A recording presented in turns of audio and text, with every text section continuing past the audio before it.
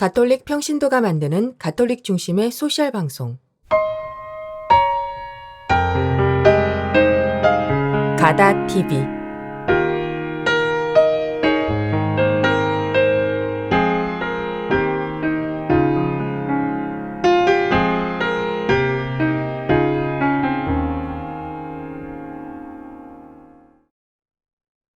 성경 읽기를 시작합니다. 마르코 복음서. 오늘은 마르코 복음 10장에서 11장까지 낭독하겠습니다. 혼인과 이혼. 예수님께서 그곳을 떠나 유다 지방과 요르단 건너편으로 가셨다. 그러자 군중이 다시 그분께 모여들었다. 그래서 예수님께서는 늘 하시던 대로 다시 그들을 가르치셨다. 그런데 바리사이들이 와서 예수님을 시험하려고 남편이 아내를 버려도 됩니까? 하고 물었다. 예수님께서 그들에게 모세는 너희에게 어떻게 하라고 명령하였느냐? 하고 되물으시니 그들이 이혼장을 써주고 아내를 버리는 것을 모세는 허락하였습니다. 하고 대답하였다. 그러자 예수님께서 이르셨다. 너희 마음이 완고하기 때문에 모세가 그런 계명을 기록하여 너희에게 남긴 것이다. 창조 때부터 하느님께서는 사람들을 남자와 여자로 만드셨다. 그러므로 남자는 아버지와 어머니를 떠나 아내와 결합하여 둘이 한 몸이 될 것이다. 따라서 그들은 이제 둘이 아니라 한 몸이다. 하느님께서 맺어주신 것을 사람이 갈라놓아서는 안 된다. 집에 들어갔을 때 제자들이 그 일에 관하여 다시 묻자 예수님께서 그들에게 말씀하셨다. 누구든지 아내를 버리고 다른 여자와 혼인하면 그 아내를 두고 간음하는 것이다. 또한 아내가 남편을 버리고 다른 남자와 혼인하여도 간음하는 것이다. 어린이들을 사랑하시다. 사람들이 어린이들을 예수님께 데리고 와서 그들을 쓰다듬어 달라고 하였다. 그러자 제자들이 사람들을 꾸짖었다. 예수님께서는 그것을 보시고 언짢아 하시며 제자들에게 이르셨다. 어린이들이 나에게 오는 것을 막지 말고 그냥 놓아두어라. 사실 하느님의 나라는 이 어린이들과 같은 사람들의 것이다. 내가 진실로 너희에게 말한다. 어린이와 같이 하느님의 나라를 받아들이지 않는 자는 결코 그곳에 들어가지 못한다. 그러고 나서 어린이들을 끌어안으시고 그들에게 손을 얹어 축복해 주셨다. 하느님의 나라와 부자. 예수님께서 길을 떠나시는데 어떤 사람이 달려와 그분 앞에 무릎을 꿇고 선하신 스승님, 제가 영원한 생명을 받으려면 무엇을 해야 합니까? 하고 물었다. 그러자 예수님께서 그에게 이르셨다. 어찌하여 나를 선하다고 하느냐? 하느님 한 분 외에는 아무도 선하지 않다. 너는 계명들을 알고 있지 않느냐? 살인해서는 안 된다. 간음해서는 안 된다. 도둑질해서는 안 된다. 거짓 증언을 해서는 안 된다. 횡령해서는 안 된다. 아버지와 어머니를 공경하여라. 그가 예수님께 스승님, 그런 것들은 제가 어려서부터 다 지켜왔습니다. 하고 대답하였다. 예수님께서는 그를 사랑스럽게 바라보시며 이르셨다. 너에게 부족한 것이 하나 있다. 가서 가진 것을 팔아 가난한 이들에게 주어라. 그러면 내가 하늘에서 보물을 차지하게 될 것이다. 그리고 와서 나를 따라라. 그러나 그는 이 말씀 때문에 울상이 되어 슬퍼하며 떠나갔다. 그가 많은 재물을 가지고 있었기 때문이다. 예수님께서 주위를 둘러보시며 제자들에게 말씀하셨다. 재물을 많이 가진 자들이 하느님 나라에 들어가기는 참으로 어렵다. 제자들은 그분의 말씀에 놀랐다.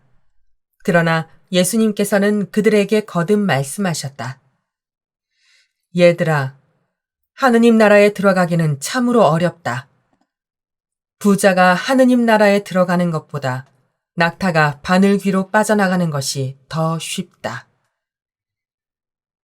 그러자 제자들이 더욱 놀라서 그러면 누가 구원을 받을 수 있는가 하고 서로 말하였다.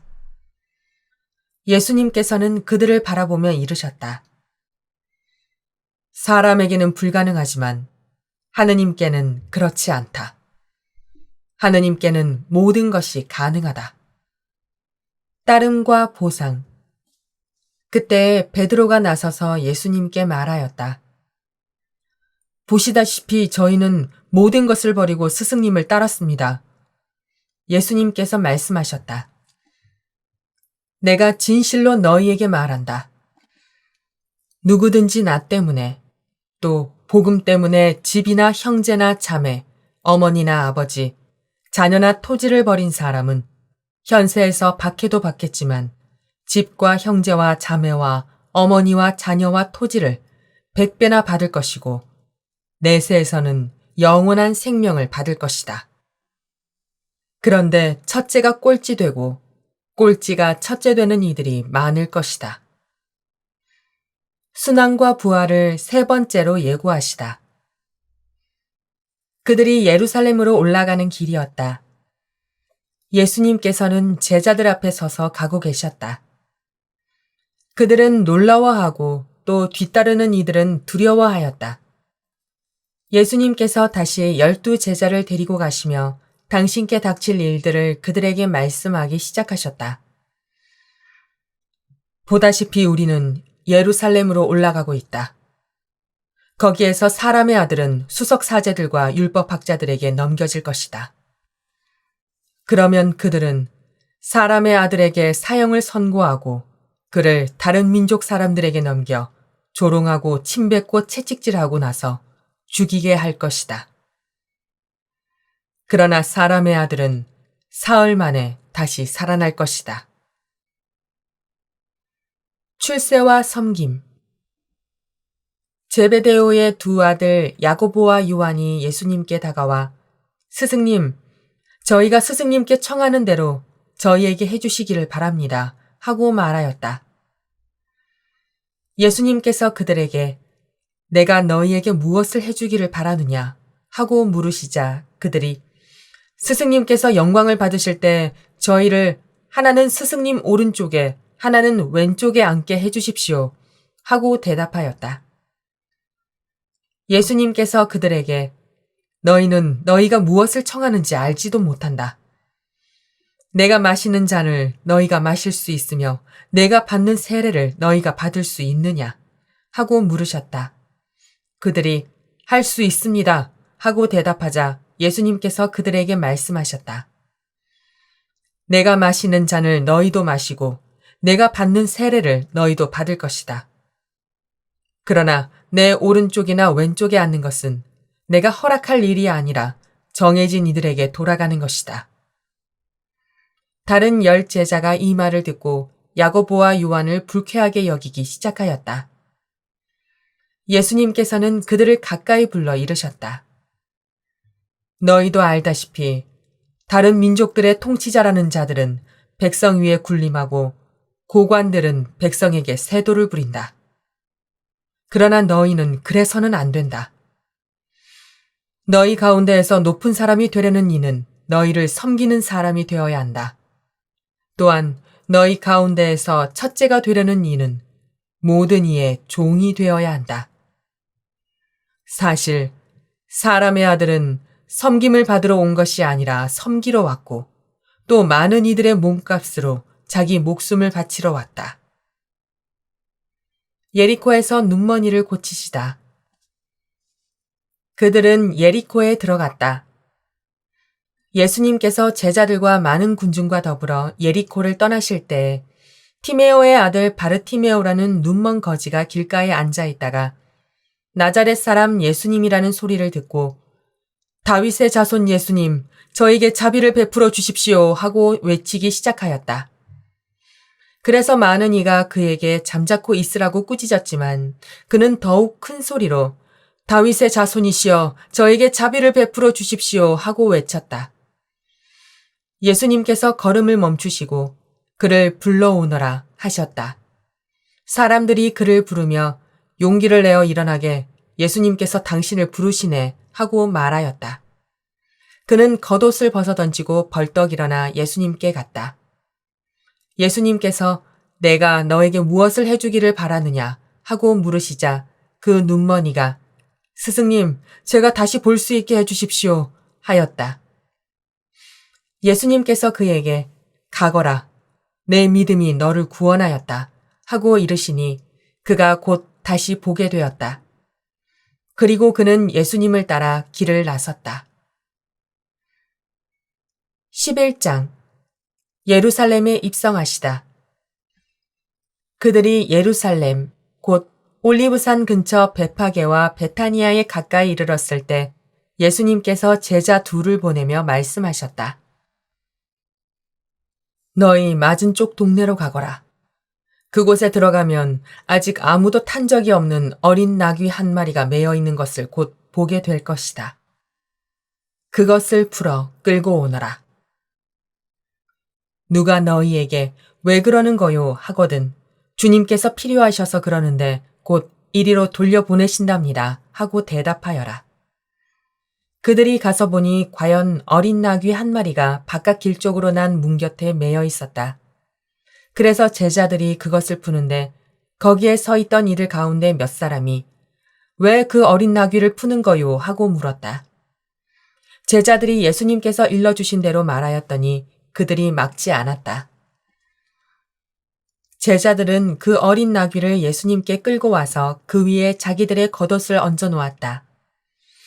예수님께서 그 위에 올라 앉으시자 많은 이가 자기들의 겉옷을 길에 깔았다. 또 어떤 이들은 들에서 잎이 많은 나뭇가지를 꺾어다가 깔았다. 그리고 앞서가는 이들과 뒤따라가는 이들이 외쳤다. 호산나! 주님의 이름으로 오시는 분은 복되시어라. 다가오는 우리 조상 다윗의 나라는 복되어라. 지극히 높은 곳에 호산나! 이윽고 예수님께서 예루살렘에 이르러 성전에 들어가셨다. 그리고 그곳의 모든 것을 둘러보신 다음 날이 이미 저물었으므로 12 제자와 함께 베타니아로 가셨다. 무화과 나무를 저주하시다. 이튿날 그들이 베타니아에서 나올 때에 예수님께서는 시장하셨다. 마침 잎이 무성한 무화과 나무를 멀리서 보시고 혹시 그 나무에 무엇이 달렸을까 하여 가까이 가보셨지만 잎사귀 밖에는 아무것도 보이지 않았다. 무화과철이 아니었기 때문이다. 예수님께서는 그 나무를 향하여 이르셨다. 이제부터 영원히 어느 누구도 너에게서 열매를 따먹는 일이 없을 것이다. 제자들도 이 말씀을 들었다. 성전을 정화하시다. 그들은 예루살렘으로 갔다. 예수님께서는 성전에 들어가시어 그곳에서 사고팔고 하는 자들을 쫓아내기 시작하셨다. 환전상들의 탁자와 비둘기 장수들의 의자도 둘러 엎으셨다.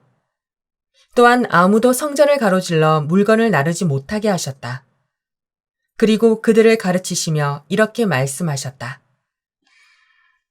나의 집은 모든 민족들을 위한 기도의 집이라 불릴 것이다 라고 기록되어 있지 않느냐.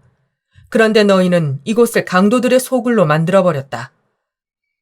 수석 사제들과 율법학자들은 이 말씀을 듣고 그분을 없앨 방법을 찾았다. 군중이 모두 그분의 가르침에 감탄하는 것을 보고 그분을 두려워하였던 것이다. 날이 저물자 예수님과 제자들은 성 밖으로 나갔다. 말라버린 무화과 나무의 교훈. 이른 아침에 그들이 길을 가다가 그 무화과 나무가 뿌리째 말라 있는 것을 보았다. 베드로가 문득 생각이 나서 예수님께 말하였다. 스승님 보십시오.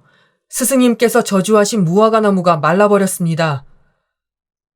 그러자 예수님께서 제자들에게 말씀하셨다. 하느님을 믿어라. 내가 진실로 너희에게 말한다. 누구든지 이 산더러 들려서 저 바다에 빠져라 하면서 마음속으로 의심하지 않고 자기가 말하는 대로 이루어진다고 믿으면 그대로 될 것이다.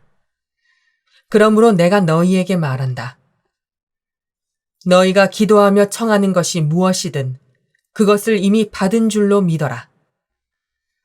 그러면 너희에게 그대로 이루어질 것이다. 너희가 서서 기도할 때에 누군가에게 반감을 품고 있거든 용서하여라. 그래야 하늘에 계신 너희 아버지께서도 너희의 잘못을 용서해 주신다. 예수님의 고난을 문제 삼다. 그들은 다시 예루살렘으로 갔다. 예수님께서 성전 뜰을 거닐고 계실 때 수석사제들과 율법학자들과 원로들이 와서 예수님께 말하였다. 당신은 무슨 권한으로 이런 일을 하는 것이오? 또 누가 당신에게 이런 일을 할 수 있는 권한을 주었소? 그러자 예수님께서 그들에게 이르셨다. 너희에게 한 가지 물을 터이니 대답해 보아라. 그러면 내가 무슨 권한으로 이런 일을 하는지 너희에게 말해주겠다.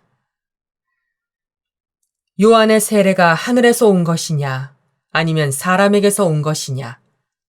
대답해 보아라. 그들은 저희끼리 의논하였다. 하늘에서 왔다 하면 어찌하여 그를 믿지 않았느냐 하고 말할 터이니 사람에게서 왔다 할까? 그러나 군중이 모두 요한을 참 예언자로 여기고 있었기 때문에 군중을 두려워하여 예수님께 모르겠소 하고 대답하였다. 그러자 예수님께서 그들에게 이르셨다. 나도 무슨 권한으로 이런 일을 하는지 너희에게 말하지 않겠다. 주님의 말씀입니다. 그리스도님 찬미합니다. 마르코복음 10장부터 11장까지 낭독하였습니다.